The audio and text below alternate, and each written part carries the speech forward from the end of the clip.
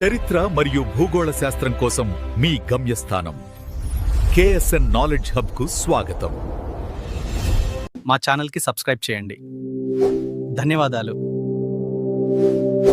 Hi, మన ప్రాచీన భారతదేశంలో అంత పెద్ద పెద్ద రాజ్యాలు ఎలా పుట్టుకొచ్చాయి? ఎప్పుడైనా అనిపించిందా?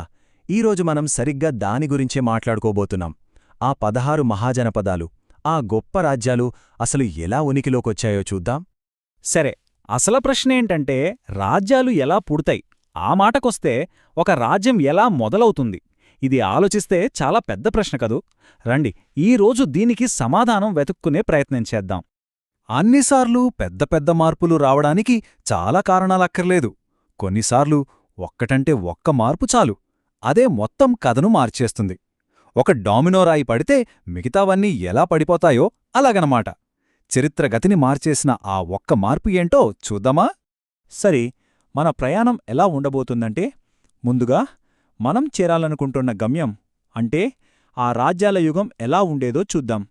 ఆ తర్వాత దానికి ముందు అంటే వేదకాలంలో జీవితం ఎలా ఉండేదో తెలుసుకుందాం. అక్కడి నుంచి అసలు కథ మొదలవుతుంది. అదే ఇనుప విప్లవం. ఆ విప్లవం వల్ల మొదటి నగరాలు ఎలా వెలిశాయి, ఆ నగరాల నుంచి ఈ గొప్ప రాజ్యాలు ఎలా పుట్టాయో స్టెప్ బై స్టెప్ చూద్దాం. మొదటి విభాగం, రాజ్యాల యుగం.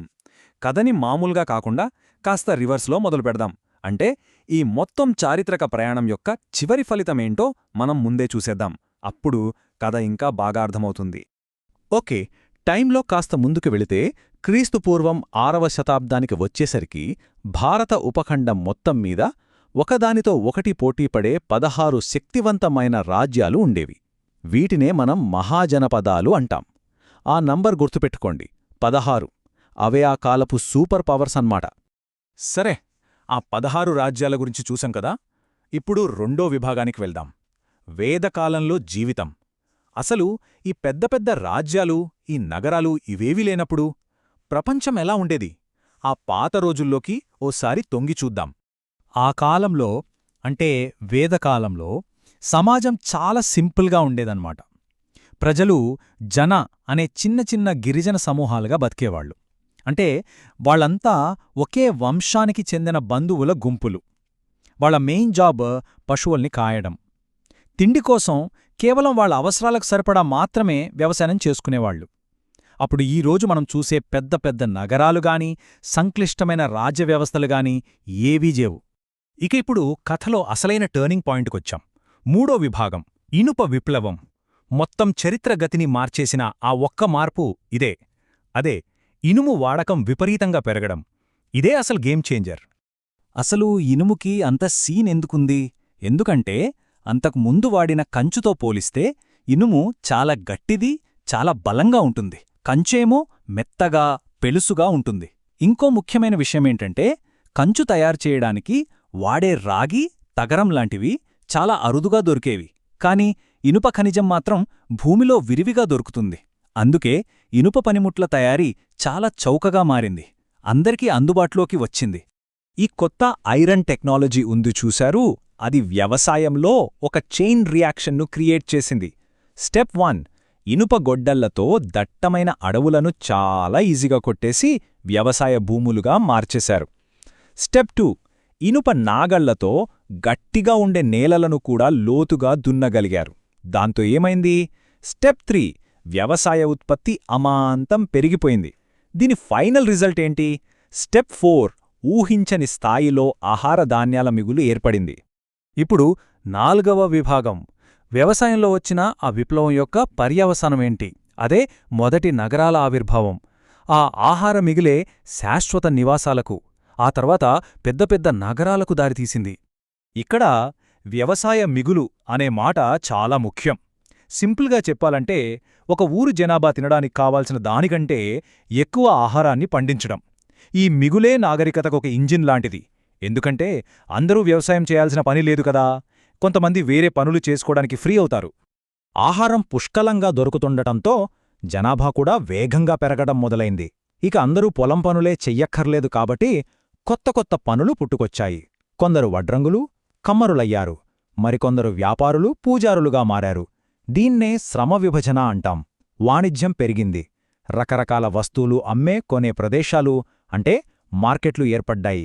నెమ్మదిగా ఇవే శాశ్వత పట్టణాలుగా, పెద్ద నగర కేంద్రాలుగా రూపుదిద్దుకున్నాయి. ఇక మన కథలో చివరి అంకానికి వచ్చేశాం. 5వ విభాగం రాజ్యాల పుట్టుక. ఈ కొత్తగా ఏర్పడిన నగరాలు చాలా సంక్లిష్టంగా ఉండేవి.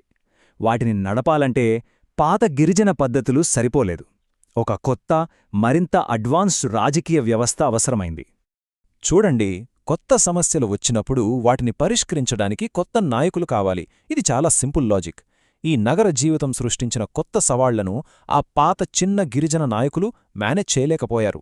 ఇక్కడే అసలు మార్పు మొదలైంది. అసలీ నగరాలకు రాజ్యాలెందుకు అవసరమయ్యాయి? ఆలోచించండి. ఇంత పెద్ద జనాభాకి ఆహారాన్ని, నీటిని ఎలా పంపిణీ చేయాలి? వ్యాపారులు వెళ్లే దారులకు రక్షణ ఎవరు కల్పిస్తారు? పెద్ద పెద్ద కాలువలు, కోటగోడలు ఎవరు కట్టిస్తారు? అన్నిటికన్నా ముఖ్యంగా లక్షల మంది జనాభా ఉన్న నగరానికి బయటి శత్రువుల నుంచి రక్షణ కావాలి కదా. వీటన్నింటి కోసం అందరూ పాటించేలా కొన్ని చట్టాలు చేయాలి. ఈ పన్నులన్నింటికీ డబ్బు కావాలి కాబట్టి పన్నులు వసూలు చేయాలి. ఇవన్నీ చేయడానికి ఒక కేంద్రీకృత ప్రభుత్వం అంటే ఒక రాజ్యం అవసరమయ్యింది. ఈ క్రమంలో పుట్టుకొచ్చిన కొన్ని పవర్ఫుల్ మహాజనపదాలు ఏవంటే, ఉదాహరణకు మగధ, దీని రాజధాని పాటలీపుత్ర, తర్వాత కోసల, దాని రాజధాని శ్రావస్తి, అలాగే అవంతి, ఉజ్జయిని దాని రాజధాని. ఇవి ఆ కాలంలో చాలా ఫేమస్, శక్తివంతమైన రాజ్యాలన్మాట. సరే, ఇప్పటివరకు మనం చెప్పుకున్న కథనంతటినీ ఒక్కసారి టైంలైన్లో చూస్తే మొత్తం క్లియర్గా అర్థమవుతుంది. క్రీస్తుపూర్వం 1500, అది గిరిజన సమాజమున్న వేదకాలం. క్రీస్తుపూర్వం 1000, ఇనుపయుగం మొదలయింది. ఇదే మన టెక్నాలజికల్ ట్రిగ్గర్. క్రీస్తుపూర్వం 800 నాటికి వ్యవసాయంలో విపరీతమైన మిగులొచ్చింది. ఇది ఆర్థిక మార్పు. ఫైనల్గా క్రీస్తుపూర్వం 600, పట్టణీకరణ వేగవంతమై మహాజనపదాలు పుట్టుకొచ్చాయి. ఇది రాజకీయ పరివర్తన. చూసారా, ఒకదానినుంచి మరొకటి ఎలా ఒక గులుసుకట్టులా మార్పు జరిగిందో? కాబట్టే మనమీ మొత్తం కథ నుంచి నేర్చుకోవలసిన అసలు విషయం ఒక్కటే.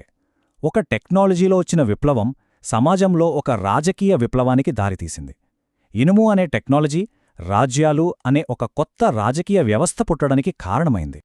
చివరగా ఒక ప్రశ్న. ప్రాచీన కాలంలో ఇనుము ఎలా అయితే ప్రపంచాన్ని మార్చేసిందో, అలా ఈరోజు మన ప్రపంచాన్ని పునర్నిర్మిస్తున్న ఆధునిక ఇనుప విప్లవం ఏది? Internet, artificial intelligence. ఆలోచించండి. నేటి టెక్నాలజీ మన సమాజాన్ని, మన రాజకీయ వ్యవస్థలను ఎలా మారుస్తోందో ఒకసారి ఆలోచించండి.